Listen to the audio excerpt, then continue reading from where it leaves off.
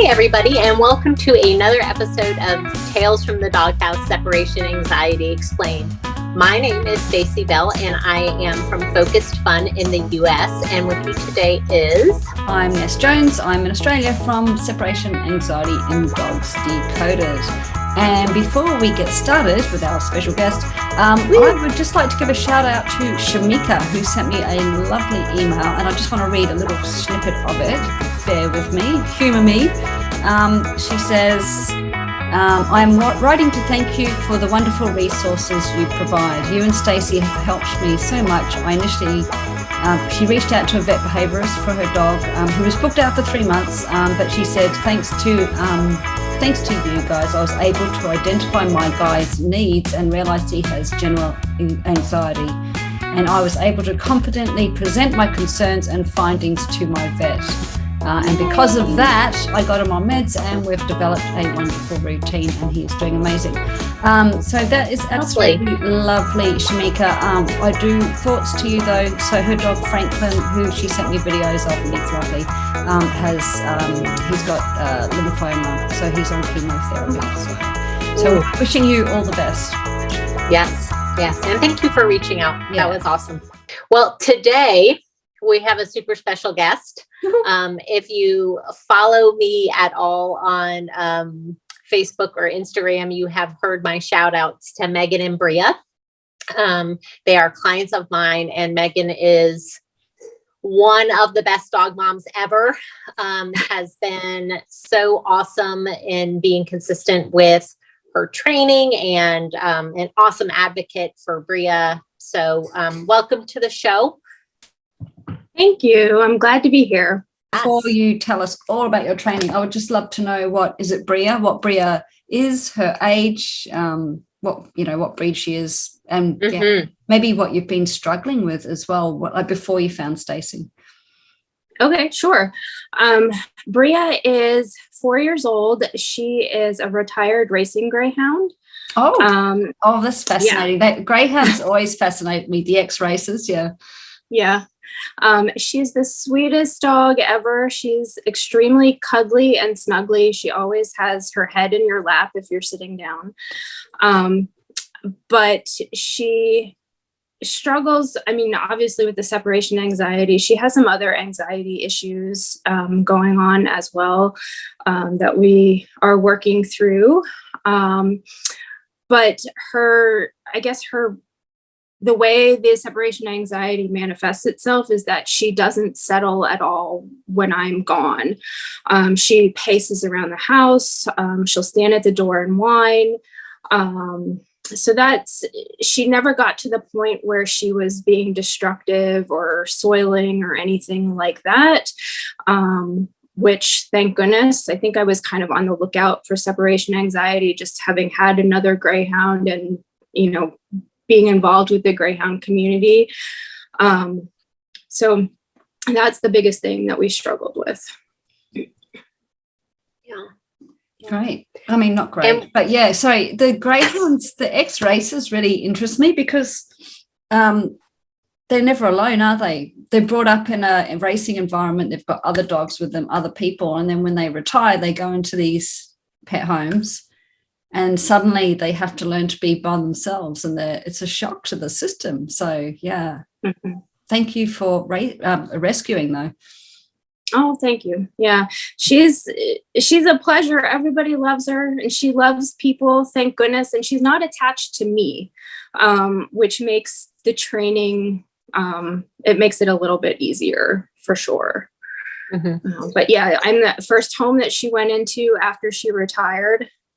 2 weeks after she retired, I picked her up, and she's been here ever since. Did your other greyhound, was that also a ex-racer? Yes, and he was. Did she have separation anxiety?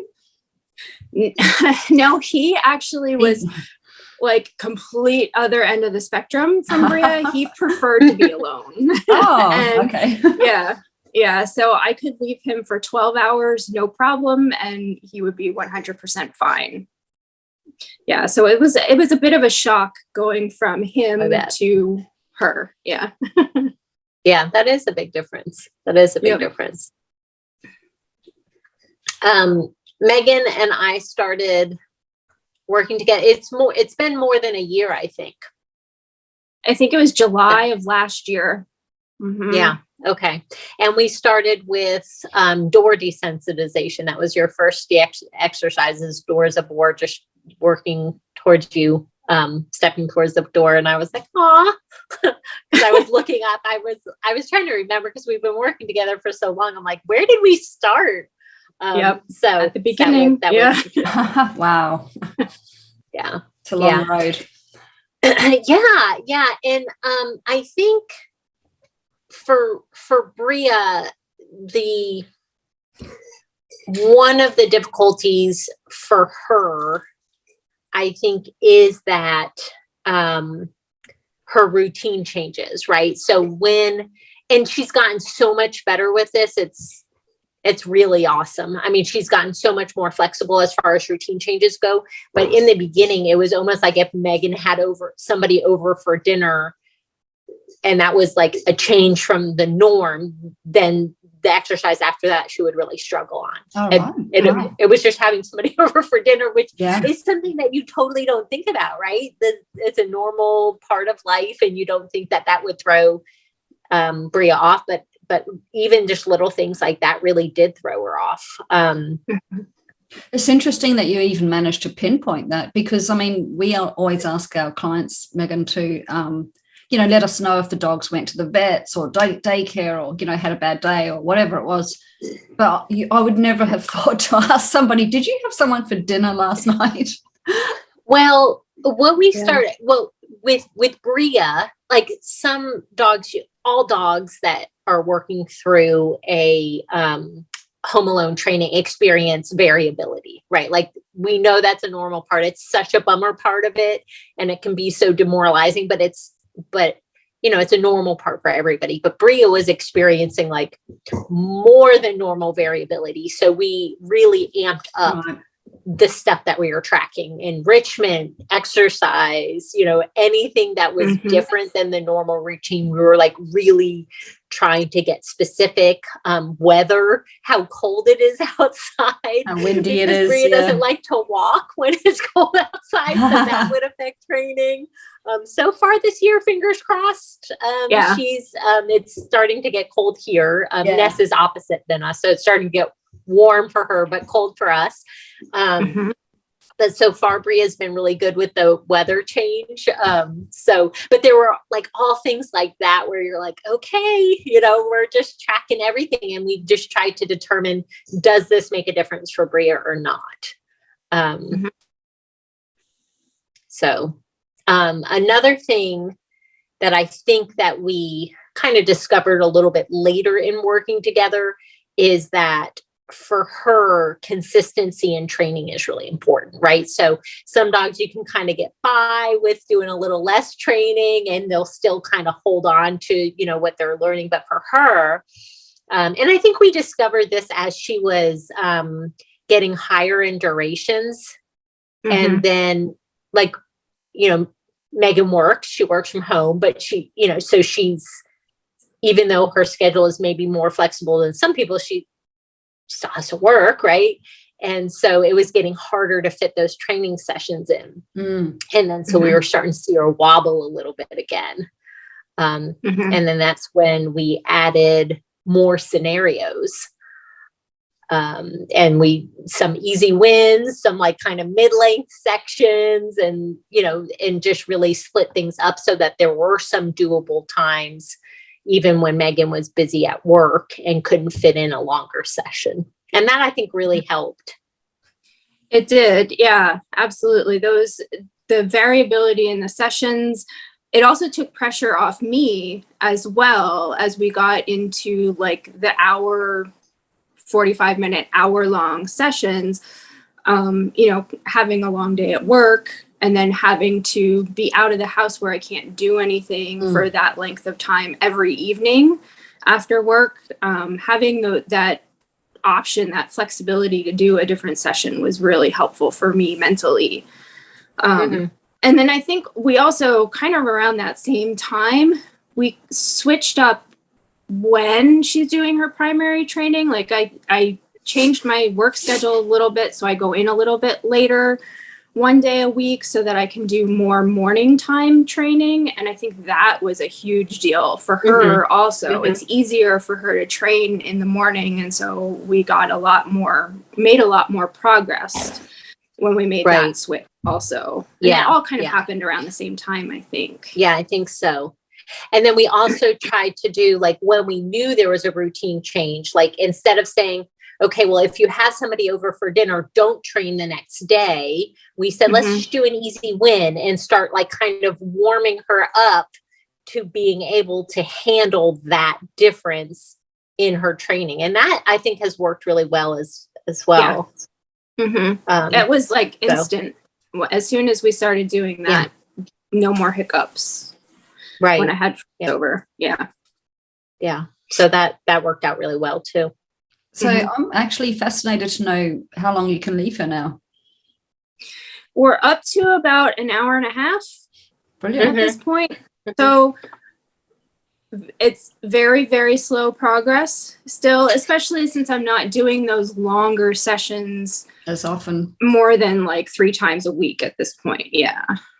So, but I'm happy with that. Yeah. And it's been like steady increase with not very many bobbles in the last several months. So that's definite progress. What do you do now with your hour and a half? Do you leave or are you hanging around? I'm mostly hanging close by at this point. One of our scenarios is a car scenario where I do leave in the car. That scenario is a little bit shorter. It's only around 20 minutes at this point. But the hour and a half, I usually stay around. Like, I'll do yard work where she can't see me and it's quiet. So, but hopefully I have done some errands here and there, short ones, but I haven't done anything where I've gone away that whole hour and a half yet. So she hasn't had any major hiccups for a long time by the sounds of it. Now, once you identified the things that were triggering her, for want of a better way of putting it. Yeah. So she'll have like an odd session here or there that she doesn't do well on, but she's been super consistent, especially compared to her earlier days. And, we along the way have also made med changes. So, that contributes as well. And, try to work through some of her other fears that might, especially ones that would contribute to training or get in the way of training, like the lawnmower fear.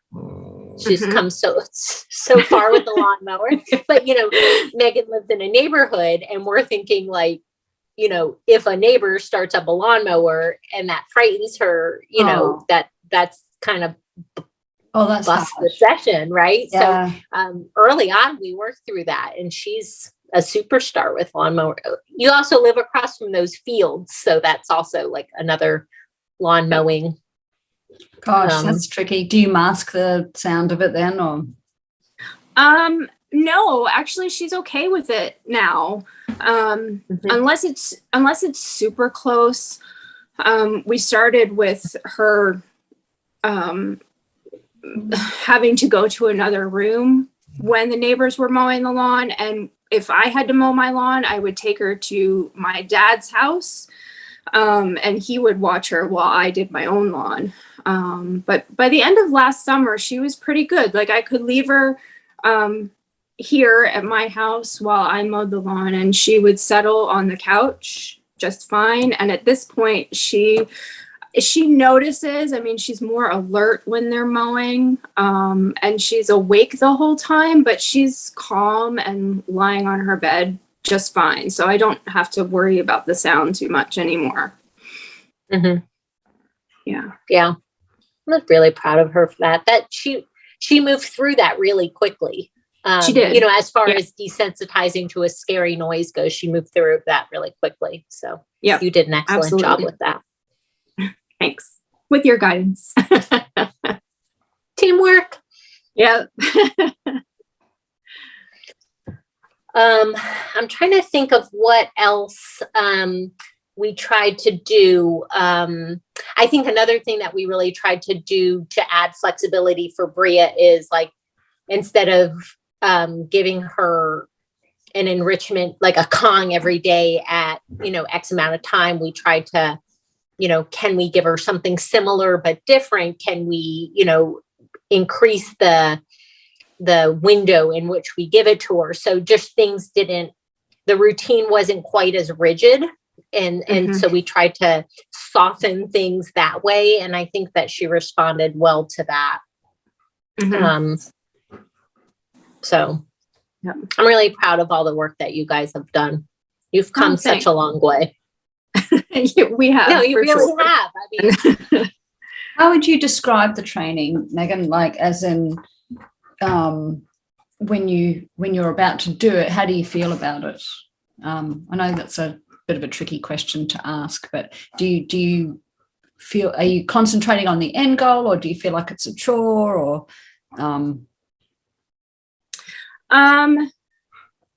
for a while there, it did feel like a chore until we made those changes that we talked about earlier.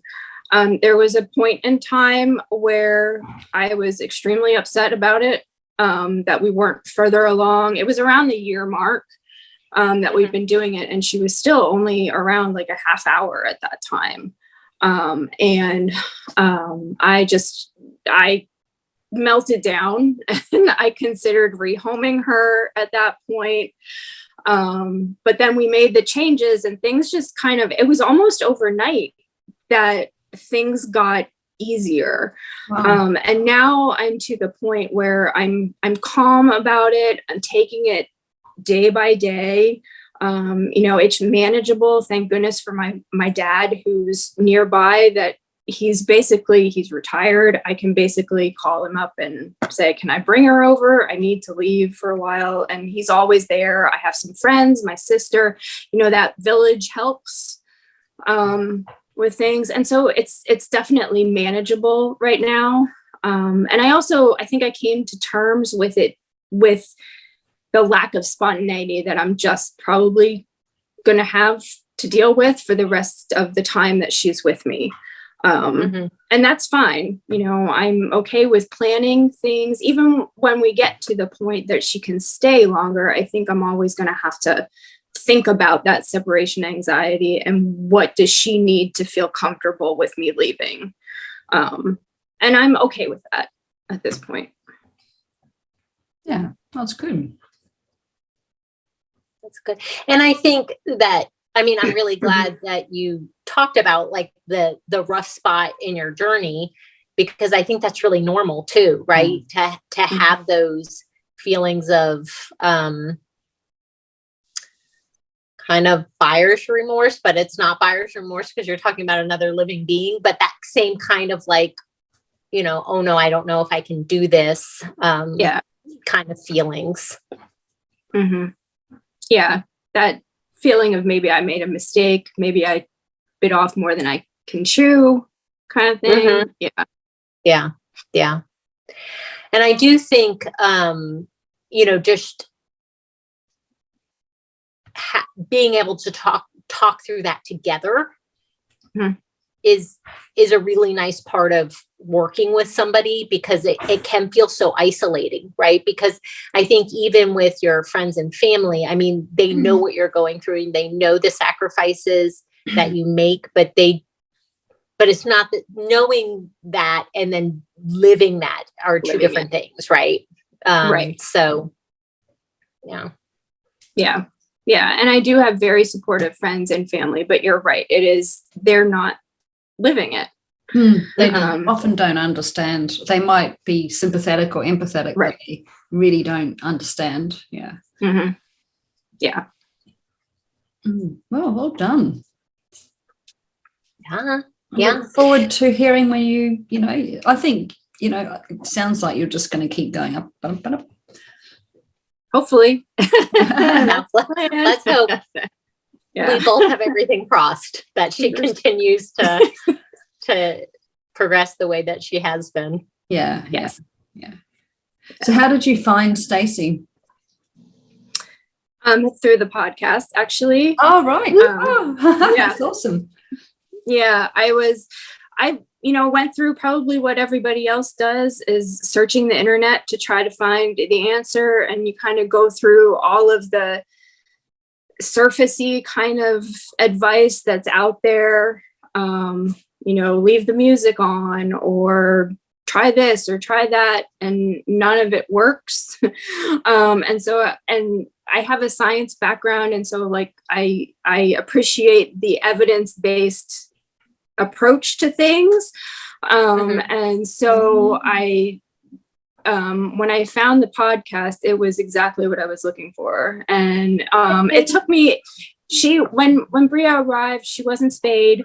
They're not spayed or neutered when they're at the track. And then she actually was with me for a little bit longer before she got spayed, because she went into heat shortly after she arrived. So we had to wait for that. So it was probably, she arrived in May, and Stacey, I think we started working like mid-July or something after. Yeah. Maybe it was right before I remember working together. It was at the beginning of us working together, because she had to go to another state, didn't she, to get spayed?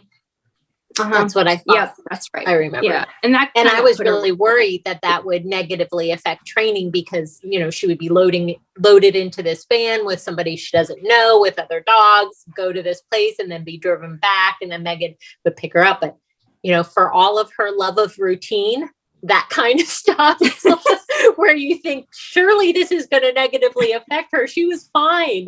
She was absolutely fine. Why did she have to go to another state? Was that because of COVID, or? It was the vet that the adoption group works with was in a different state. So they just do like a quick overnight trip. They take several dogs, and then they all get spayed or neutered at the same time. So what you were saying about, you searched on Google and YouTube, and, you read this, that, and the next thing. And I imagine you also got a lot of conflicting advice, because it's so confusing. People saying completely different things. Do you feel now, looking back, that you could have done this without Stacey, without, reaching out to a specialist? Absolutely. Yeah, not at all. I did find like some training plans, but I tried to use them, but I just wasn't consistent with them, because I think that human feedback, as far as what's going on, and like looking at the videos of her, I think that's invaluable. Because I could look at them and not see what Stacey saw. Yeah. And also exactly. She can tailor it specifically to your dog. When you're looking at generic plans on the internet, they're not specific to your dog. So, if your dog, which you've already, Stacey obviously identified, very much a creature of routine, and any little thing can throw them out, there's no way you would have been able to figure that out on your own. Greyhounds, like, they can be stoic and not be very, I guess they can be very subtle in their reactions to things. So having someone else to look at that is very helpful. Yeah, I was going to say the first thing. Do you remember in the beginning, I'm like, okay, send me a picture of when she's relaxed. Okay, now send me a video of when she's, doing this, because she is like, it's like her ears are here or here, here or here, here or here. You know what I mean? It's not like, like other dogs where their ears might be way back, or, so we really had to, get in there and kind of compare those little micro movements. Wow. Just because she's not super expressive. It's not super clear. Yeah. Yeah. So I think the human feedback is definitely, is 100% worth it. Absolutely. Yeah. And someone to help keep you consistent too. Yeah, I do think the accountability, I think especially when you're experiencing variability in your training, and so you're not getting like, another win, like that can keep you going in itself. But when you hit variability, or much less a regression, it's just like, if you're doing it on your own, and all you're getting is like, you know, another session where Bria struggled or something like that, it's hard to stick with it, you know? Mm-hmm. It is. Or to not push too hard either when things are going well.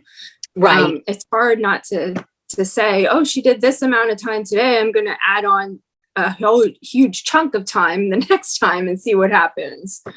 Right. So yeah, it keeps you grounded, I think. Yeah. Ness, why are you muted? Is there a wrestling match going on behind you? There's a wrestling match. So Meghan, Ness has, yeah. She's got them. Aww. They're adorable. Oh, well, yes. They're a bit bored because obviously they haven't been out this morning. Yeah. Yep. So they're making their own fun. Yeah. Okay. So Meghan, can you think of anything else that, you know, might encourage our listeners, kind of glean from your experience? Stick with it, I guess, because and definitely have that dialogue with whoever you're working with. If you haven't gotten in touch with Stacey or Ness yet, do that. But things will get better. I know sometimes it can feel like you're stuck in the muck and the mire, but it definitely, talk it through and it will get better. Fabulous. Well, it's a joy to speak with you today and also to work with you and Bria. You guys are big favorites of mine. Thanks. You're a favorite of ours too. I appreciate you asking us to be here today. Yeah, great. Yeah, it's great to Ness, talk do you to you. have Meghan. anything else? No, I don't. It's just really nice to talk to you and just hear about your progress and how it went. Yeah, I really Thanks. appreciate you coming on. Yeah. Sure. Thanks. Thank you guys for joining us on Tales from the Doghouse today. Thank you, Meghan, for sharing your story with us. Anybody out there that's feeling isolated or overwhelmed or just really struggling or not even struggling, maybe you're at the beginning of your journey and you want to be proactive, reach out to Ness or I. We can help. This is Stacey from Focused Fun. You can find me on Instagram and Facebook at Focused Fun Dogs. And Ness here is from Australia. G'day.